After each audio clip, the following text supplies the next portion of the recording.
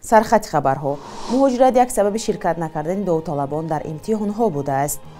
سفارت افغانستان در تاشکند را به طالبان دادند. در تاجیک فیلم گفتند جوانی متهم به جاسوسی را از کار نراندند.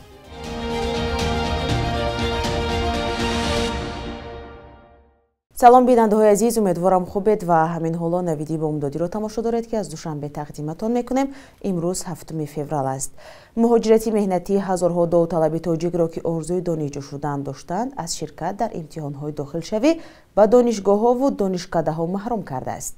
رهبریت مرکز ملی تستی 6 فوریه هنگام نشستی خبری در دوشنبه گفتند سال گذشته زیاده از 96 هزار داوطلب در مرکز ثبت نام شدند، ولی نزدیک 85 هزار نفر در امتحان‌ها اشتراک کردند. بیشتر از 12 هزار داوطلبی که خود را در مرکز ثبت نام کردند در امتحان‌ها شرکت نکردند. به قول عبدالواسط شادینیا، معاون رئیس مرکز ملی تستی، بیشتر عامل مهاجرت سبب شرکت نکردن داوطلبان در امتحان‌ها بوده است. هزارها نفر کارجویان تاجیک برای پیشبرد روزگار خود به مهاجرت مهنتی به روسیه می‌روند و در گذشته چنین نگرانی‌های هم صدا داده است که از والدان جوانان طلب کرده می‌شود برای رفتن به خدمت حربی فرزندان خود را از مهاجرت برگردانند. کارشناسان در گذشته بارها تاکید کردند که یکی از عامل‌های اصلی اجرا نشدن نقشه قبول دانشجویان قانون نوی دعوت به ارتش می باشد. بر اساس این قانون ختم کننده های کافدرهای حربی دانشگاه ها دیگر از خدمت در ارتش آزاد نیستند. شریف جان تیلازاده، جوانی تاجیک که ماه اکتبر سال 2023 در روسیه با گمان جاسوسی به نفع اوکراین بازداشت شده بود، با قرار دادگاه ناحیه لفورتوو مسکو به حبس گرفته شد و هنوز در بازداشت است. طالب غیب‌الله‌زاده، معاون یکم دیرکتور تاجیک فیلم، 6 فوریه ضمن نشست خبری در پاسخ به سؤال رادیو آزادی گفت شریف جان تیلازاده همگی 2 ماه در این اداره کار کرده با خواهش خودش رفت. رحمت الله زاده افزود از تقدیر منبعد وی دیگر خبر ندارند و دیگر با او یگان علاقه هم ندارند. شریف جان تیلازاده در صحبتش با رادیو آزادی قبل از بازداشت گفته بود که او را ناعادلانه از تاجیک فیلم راندند و همه مشکلاتش بعد این سر شد. اون نقل کرد که پس از رانده شدنش از تاجیک فیلم به روسیه رفت، ولی آنجا کاری درست پیدا نکرده به مهاجر غیر قانونی تبدیل یافت. تیلازاده را 10 اکتبر با درخواست خدمات فدرالی امنیت روسیه یا فسب بعد 2 ماه حبس پیشکی گرفتند. درباره سرنوشت منبعد تیلازاده دیگر اطلاعی در دست نیست و تلاش‌های ما برای پیدا کردن نزدیکان او در تاجیکستان به نتیجه بود. منابع در کابل میگویند سفارت افغانستان در ازبکستان به نمایندگان گروه طالبان سپرده شده است. مقامات ازبکستان تا حال در این باره رسما اظهار نظر نکردند. خبرگزاری‌های افغانی با استناد به منبع‌های خود اطلاع دادند که طالبان نمایندگان خود را به تاشکند فرستاده و در آنجا مراسم رسمی نیز برگزار کردند. وزارت امور خارجه افغانستان نیم سال پیش مخفولا شهاب را همچون نماینده سفارت این کشور به تاشکند فرستاده بود و شهاب آن زمان به حیث معاون سردار شعبه سیاسی کار میکرد. دیرتر خبر داده شد که او اجرا کننده وظیفه های سفیر افغانستان در ازبکستان تعیین گشت. حالا در 140 مکتب تاجیکستان نظام بهاگذاری 10 خاله به طور تجربوی جاری شده است. در صورت موافق آمدن و تحلیل های متخصصان نظام مذکور پورا قبول و راه اندازی می شود.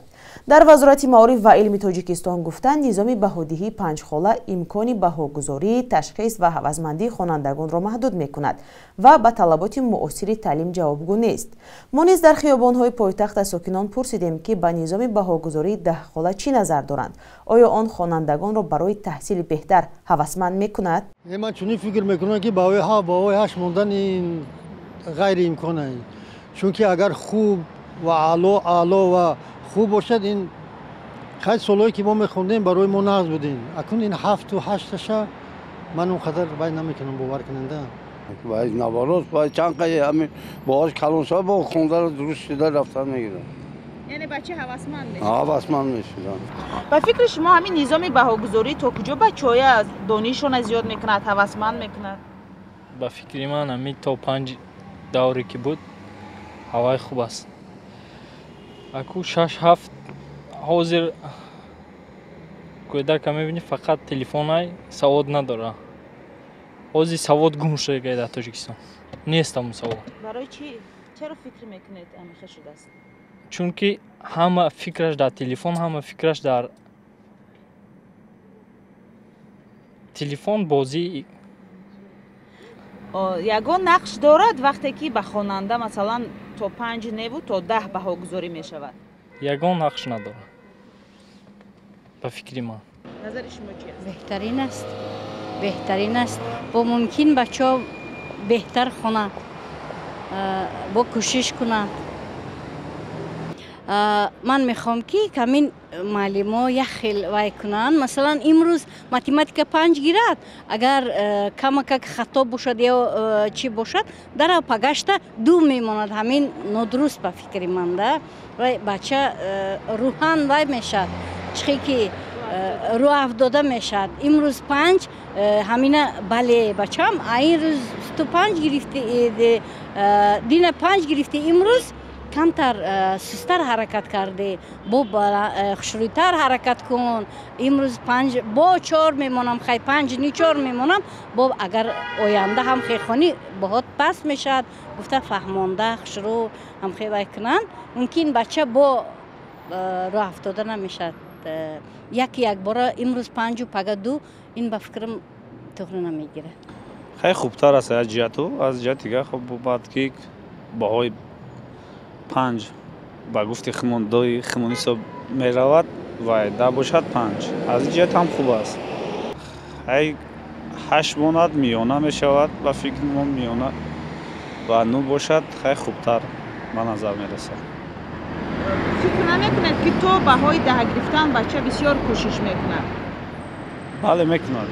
аз ин хотирам аст, барое ки то баҳо 5 мондагӣ буд, вусаи бисёртараш кӯшиш мекард ки баҳои 5-4 ё гирем, ки мақсад дар мактабҳои олӣ ё ягон ҷое ки вай мутахассисое ки хуб шавем вай мекунад, сайри кӯшиш зиёд мекунад. беҳтарин мешавад, бача аз аввалаш беҳтар бо мешавад, ҳавасманд мешавад. кам 5 ҳаст, 5 мегирифтан, ҳамин беҳад нағз буд. и 10 бал шавад, хуб беҳтар мешавад ба фикри ман. ҳам кӯдак ҳаваста мешавад, падар модар хурсанд мешавад, баъд дар дарс парида меояд кӯдак. чӣ хел нағз мешавад. хай бо маорифи вай нағзтар медонанд. беҳтарин фикрае не ки ба ҳар ҳол мо зам чиза тайёр ҳастем. хонандагон мо зам 5 худаш 5 плюса буд, минуса буд, 5 аъло буд. хай фикри хуб. то куҷо ба фикратон ҳамин низом метавонад бача ба бештар хондан ташвиқ кунад? ин як намуди ҳавасмандгардонӣ нисбати хонанда не ки ба ҳар ҳол мо бояд мақсад чизое ки садик мақсад сар кунем ки талаба мисол хонда тавонад. як хай ба фикри ман фикри хуб аст.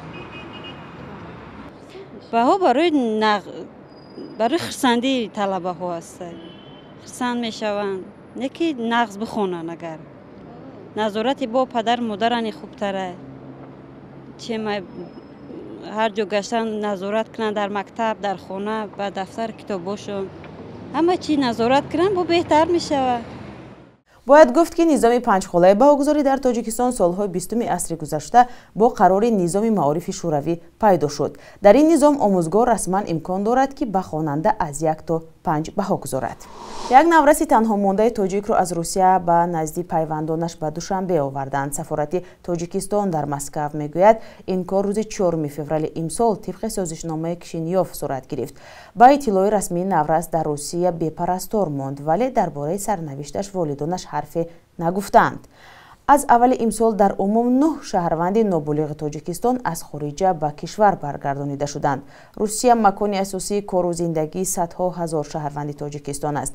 аксари онҳо бо ҳамсару фарзандони худ дар он ҷо ҳастанд. дар сурати боздошт, ҳабс, марги волидон ва даст кашидан кӯдакони онҳо танҳо ё бепарастор шумурда мешаванд. аз ҷумла тобистони соли 2023 се тифлеро аз Русия ба Тоҷикистон оварданд ки модаронашон онҳоро ба дунё оварда вале партофта рафтанд.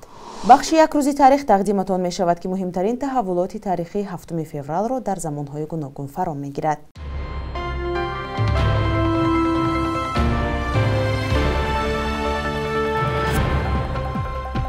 7 феврали соли 2013 нахуст вазири пешини Тоҷикистон Абдумалик Абдуллоҷонов дар Украина боздошт шуд. Додгоҳ гуфт ки мақомоти Тоҷикистон истирдоди ӯро талаб карданд.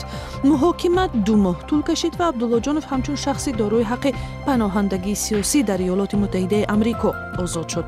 Абдуллоҷонов то поёни соли 1993 сарвазири Тоҷикистон буд.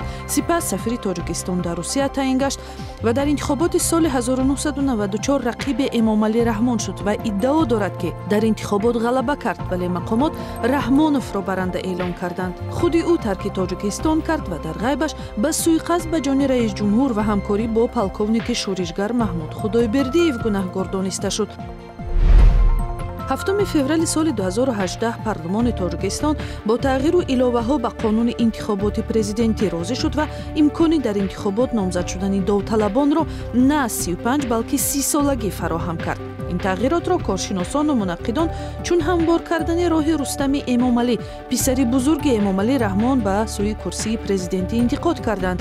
бо ин ки дар интихоботи президентии соли 2020 ҳам Эмомалӣ Раҳмон баранда номида шуд, суҳбатҳо аз интиқоли қудрат аз падар ба писар ҳамоно садо медиҳанд. 7 феврали соли 1988 зодрӯзи Нозияи Кароматулло овозхони попи тоҷик аст. духтари овозхони маъруф Кароматуллоҳи Қурбон бо таронаҳои Нагу Нагу, Дар дилами ва дигарҳо маъруфият касб кардааст. имрӯз қурби рубли русӣ нисбат ба дирӯз 50 дирам боло рафт. ҳоло 1000 рубл ба 120 сомонию 60 дирам баробар шудааст. бар асоси қурби таъин кардаи Бонки Миллии Тоҷикистон доллари амрикоӣ бетағйир боқӣ монда $100 ба 1095 сомонӣ ва 100 евро ба 1176 сомонӣ иваз мешавад.